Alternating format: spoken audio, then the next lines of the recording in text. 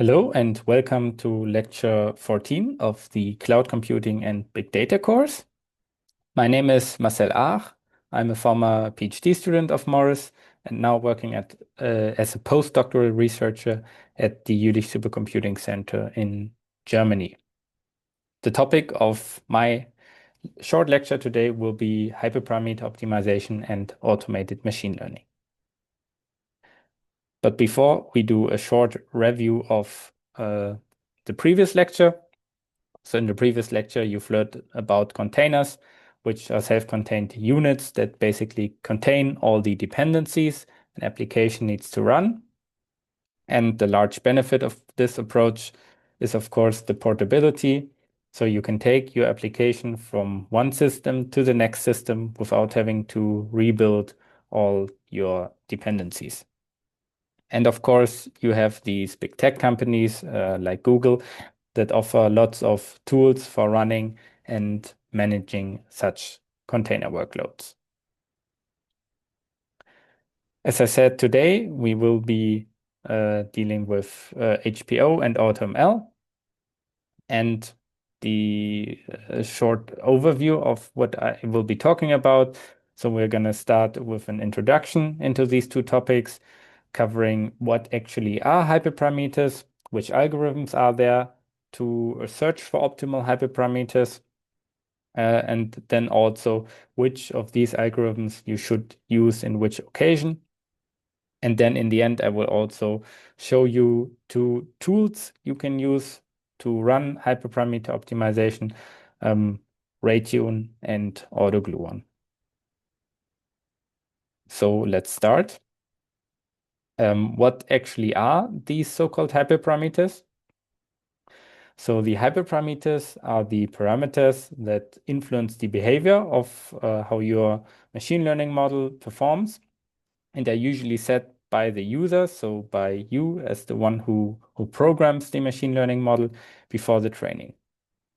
And this can include architectural parameters, such as the general type of machine learning model you are using, the number and kinds of layers you're using, or the types of activation functions. But more prominently, it also refers to the parameters of the optimization process, such as which type of optimizer you want to use, and which learning rate or which momentum value. But that's not all. Sometimes also the parameters of the whole machine learning pipeline can be included in your hyperparameter optimization workload. So this, for example, could also include the image pre-processing steps you do when you work with computer vision workloads. So of how much you rotate your image, how much you crop them, how much you normalize them, these things are hyperparameters as well. To put this all into perspective, we now have three predefined areas where we can tune these predefined parameters. One is the so-called neural architecture search that just deals with architectural parameters. Then we have the classic hyperparameter optimization. And then if you do add pipelines of the pipeline on top, you get what is commonly referred to as automated machine learning or AutoML. Maybe you already know how important finding good hyperparameters is for the success of your machine learning model. Just to visualize it again, here's an overview of the learning curves of a very simple ResNet model, which was trained on the Cypher 10 dataset, so a very simple machine learning dataset. And what you see here is the accuracy of the model plotted along the epochs of training. And you see just by choosing the correct learning rate, basically, you can make a difference. And just this one parameter decides on if your model actually learns something and gets some classification accuracy way above 80%, or if your model completely fails and learns nothing at all, which would mean 10% validation accuracy. there are just 10 classes in Cypher10, so in this case, your model is just randomly guessing. And actually, these plots actually give you a first hint of why the problem of selecting the best hyperparameters is so hard. Usually, there is no general prediction possible. So usually you cannot say, oh, a large learning rate is good or a small one is good. So you really need to find the correct value or be close to the correct value to get good performance of your model. To make sure everybody's on the same page, a bit of terminology. So when I talk about the search space, I mean the hyperparameters and the interval that they are sampled from. When I talk about a configuration, I mean one set of these hyperparameters that was sampled from this search space. And then when I'm talking about a trial, I mean the run of, or one training run of such a sampled hyperparameter configuration.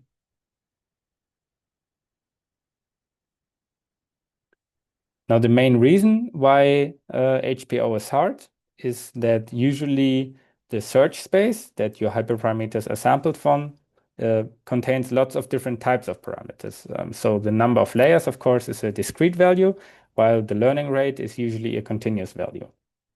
And in this setting, you cannot compute gradients like we do in gradient descent to find an optimum.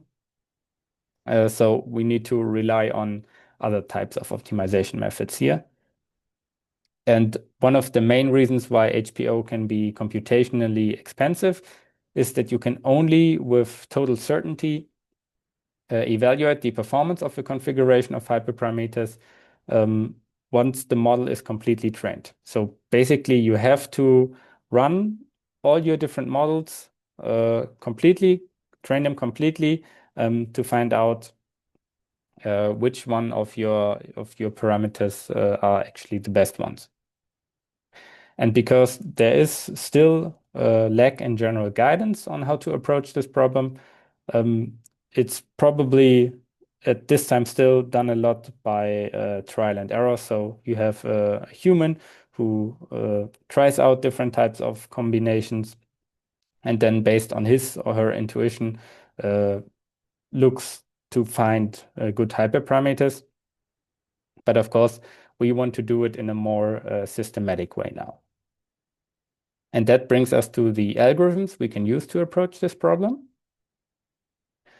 The easy or naive way when you want to do HPO is to either do random search or grid search.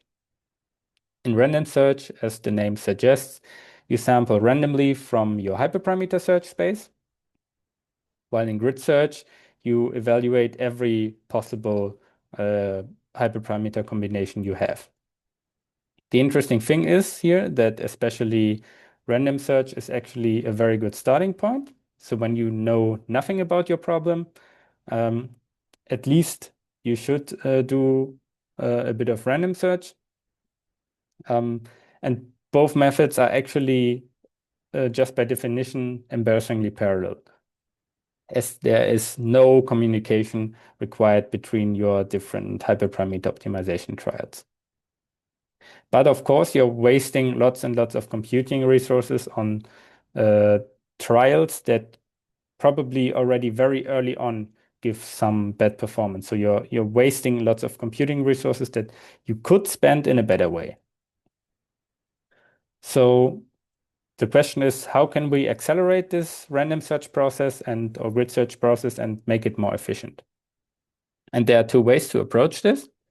We can either do an adaptive selection of configurations you want to evaluate.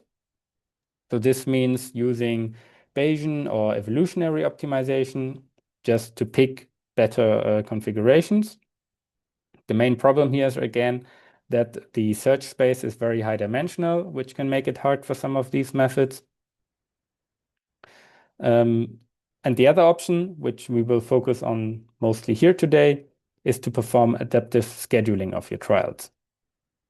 And adaptive scheduling means that you stop trials with bad performance and instead use their computing resources for trials that have a better performance.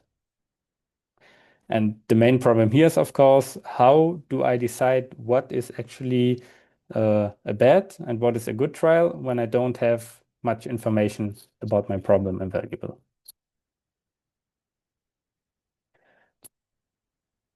Here I've shown a few learning curves, again, of some computer vision model that was trained. And just from looking at these learning curves and comparing at each other, we can already get an idea of how we can decide which is a good trial and which is a bad trial. So what you see here is that pretty early, so within the first 50 epochs or so, in this case, you can already decide on if the learning curve you see here is a good one or is it a bad one, just by comparing it to all the other learning curves you have. So when you have multiple trials running at the same time, it becomes possible to do a comparison between your different trials. And this is where something called successive halving comes into play. The basic idea here is very simple. And again, or in this case, based on the concept of the early stopping of bad trials and allocating their resources to the more promising ones. And actually, you can do this in multiple points in time. So in practice, it would look like this actually. So we start out with an initial number of configurations, train them for some epochs, and then do a relative ranking of all your trials, for example, by validation loss or accuracy, and then terminate the worst 50% and continue only the best 50%.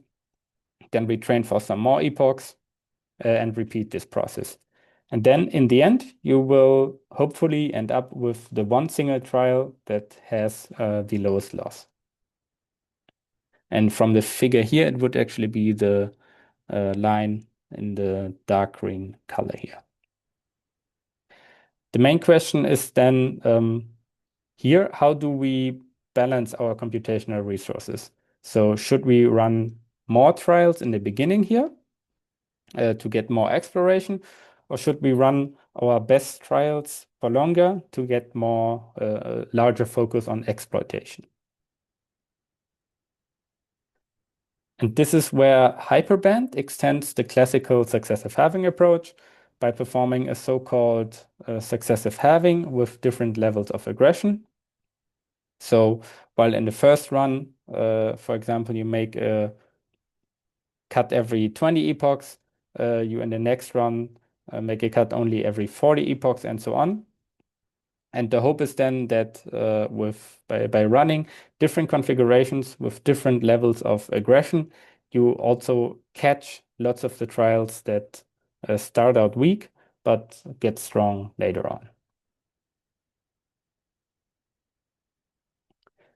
Now, especially when moving to a setting where we have lots of parallel resources available, for example, on high-performance computing systems, but of course, this is also the case in the cloud. You can run into performance issues with this classical hyperband approach. And the reason is that at each of these decision points, where you want to measure how good a trial is, you have an implicit time barrier. Because in order to decide on if your trial is good or bad, you need to wait for all the other machine learning training runs to also reach the same level of epochs.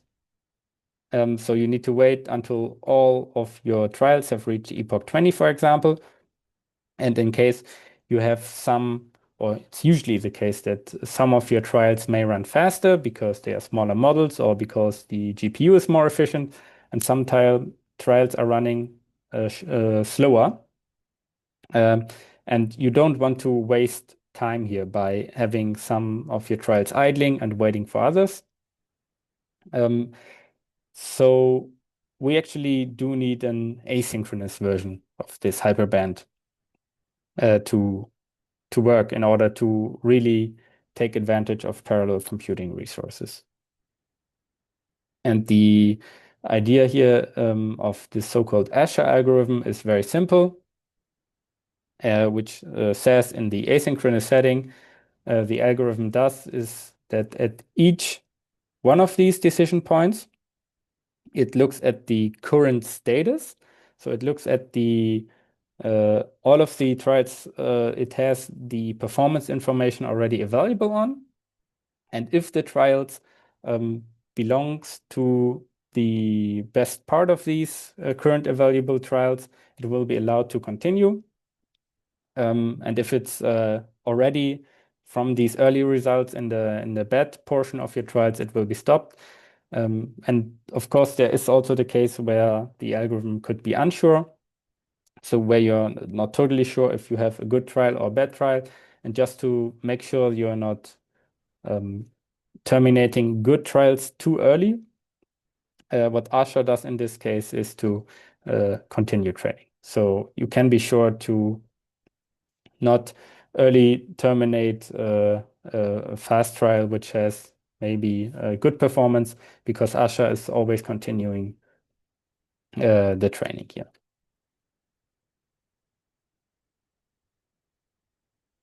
A brief overview of the adaptive selection method. So we talked about lots of adaptive scheduling methods now a bit of adaptive selection methods.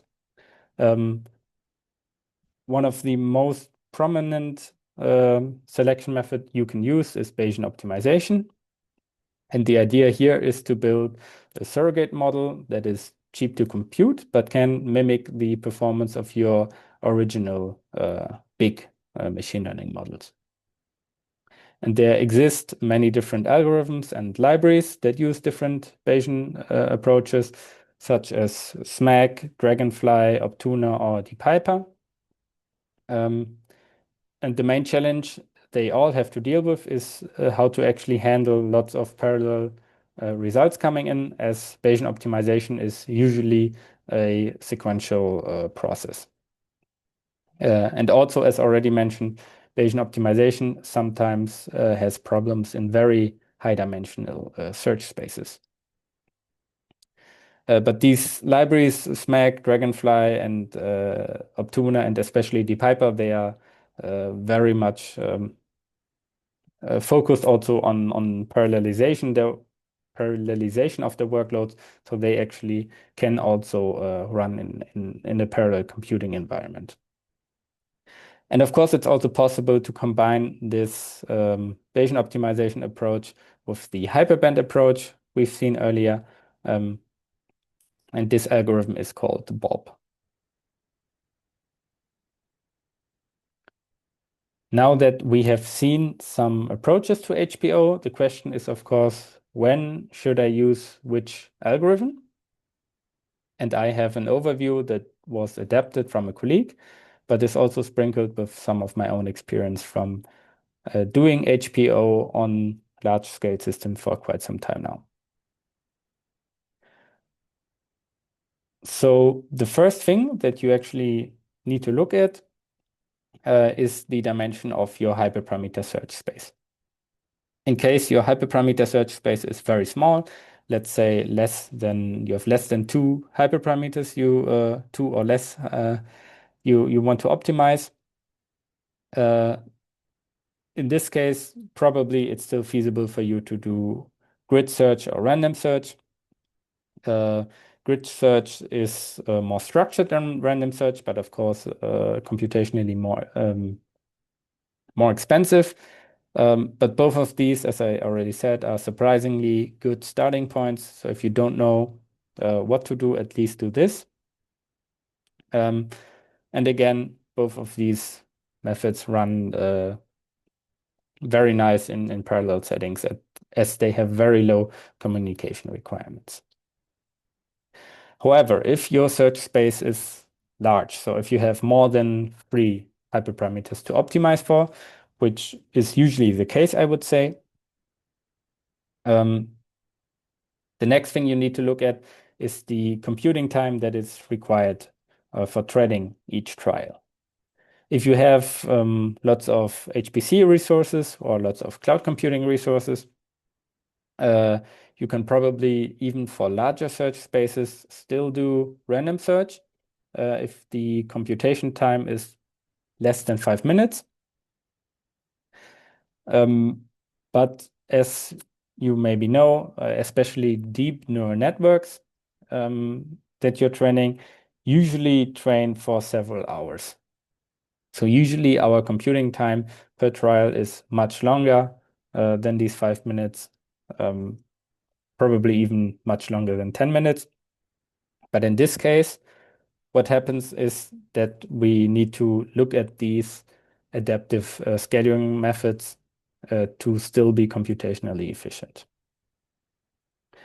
And one of the things that you need to look at then is to decide if your machine learning trials are so-called late learners.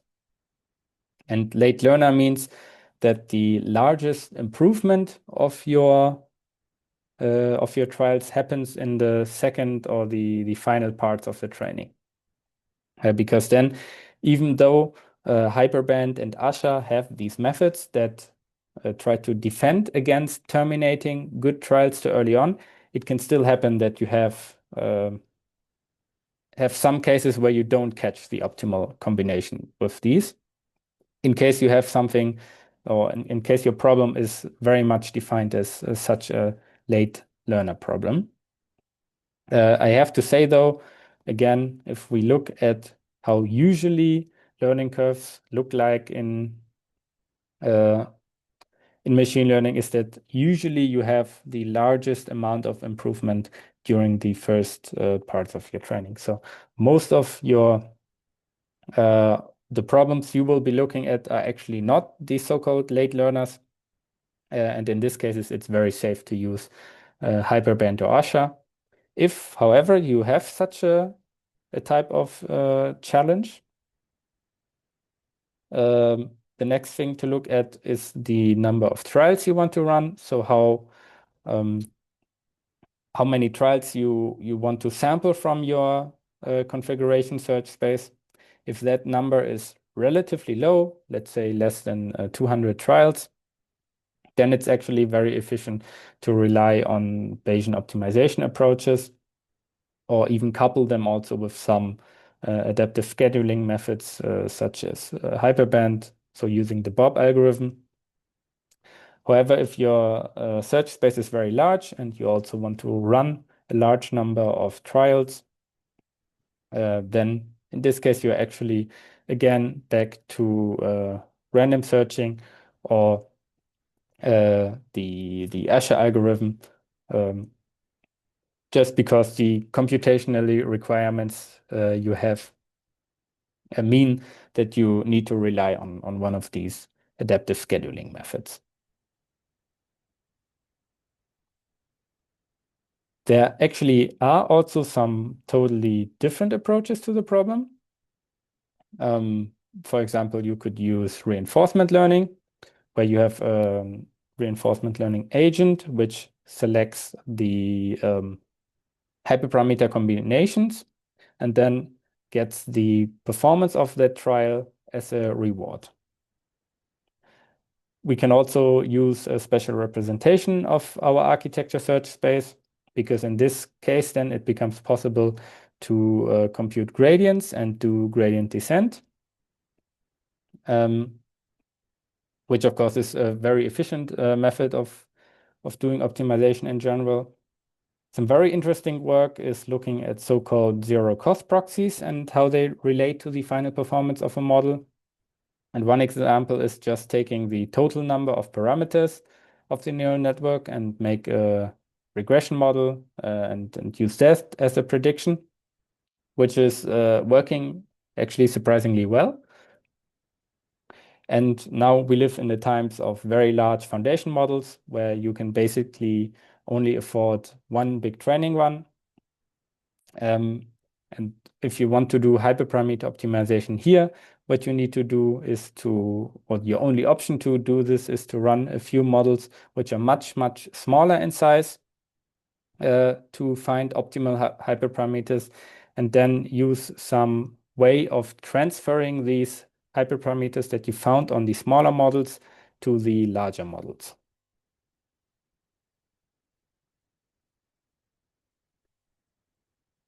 So finally, I also want to give you some hands-on practical insights for doing these optimization runs.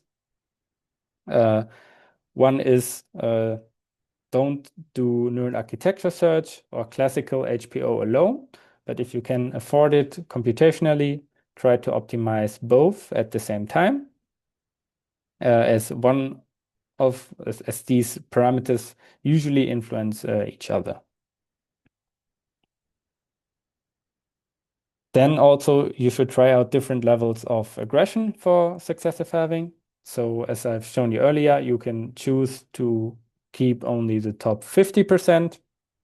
But what I've seen in practical applications is that it's usually enough to keep only the top 30% and terminate 70% of your trials, or even just keeping the top 25% of your best performing trials and throwing out all of the rest. Which then, of course, means you can save lots of computational resources if you are stopping a large portion of your trials. One important point is to not treat the batch size as a hyperparameter. The idea here is that, of course, generally smaller batch sizes give better generalization performance, but do also require much more compute.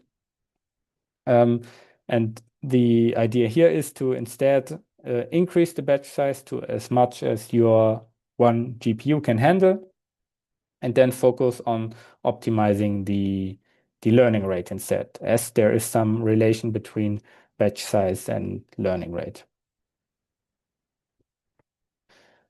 Another point is to actually select your search space intervals with care. For example, weight decay is one hyperparameter in gradient descent, which is extremely sensitive. So if this parameter is much too small or much too large, then actually all your trials will give bad performance, even though your other parameters, such as the learning rate, maybe are already at an optimal point in space. Just by having such a bad weight decay, this will actually crash all your runs and give you very, very bad performances. So finding the right intervals which to sample your parameters from is also very important. And the last point should be clear, but just to be totally sure, when you do HPO, you actually need 3 data sets. You need one data set for training your model. Then you need one validation set for validation of their performance, and use this validation set score to pick the best combination of hyperparameters. And only then you should still use a completely untouched test data set, where you then evaluate the best hyperparameter optimized model which you found using the validation set. And then the test set is the score that you actually report, which is the final performance of the model.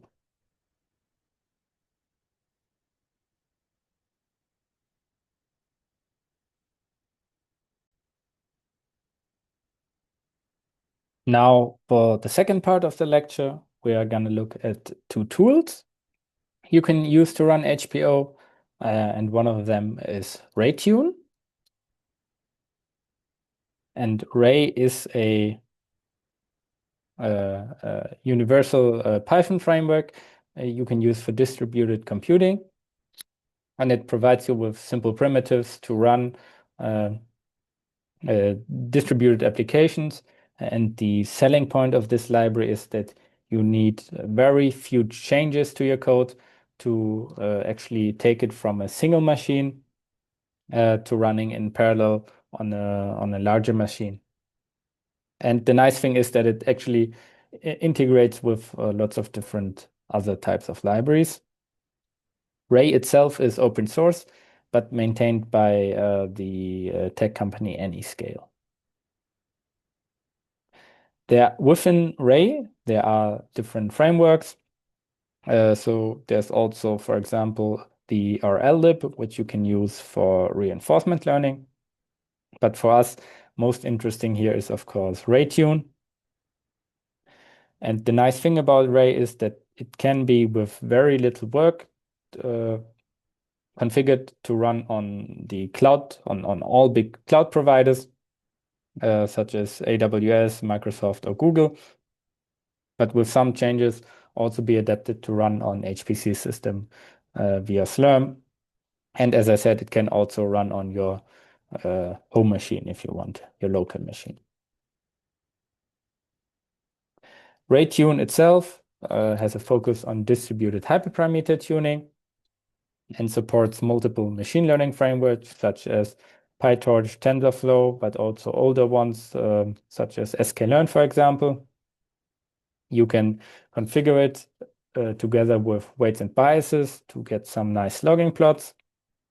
And it actually has built-in compatibility with lots of these HPO algorithms I presented you earlier. For example, the Aach or Bob algorithm are already implemented here and can be used right out of the box. How does RayTune actually work? So as I said, the focus is on distributed tuning with Ray. And what you do here is that you first launch a so-called head node and then launch several worker nodes which connect to these head nodes. And then what the head node, once this connection is built, what the head node then does is to launch actual trials on each of these worker nodes. So for example, if you have several GPUs, you can have one worker node per GPU, and then the head node takes care of scheduling and launching the trials on each one of these GPUs. Then after some time, the worker nodes report back their metrics to the head node. So for example, the current training accuracy, current validation accuracy. Based on this information, then the head node makes a decision, runs maybe some optimization steps, and decides on which of these trials to actually stop, to terminate, and which of these to allow to continue.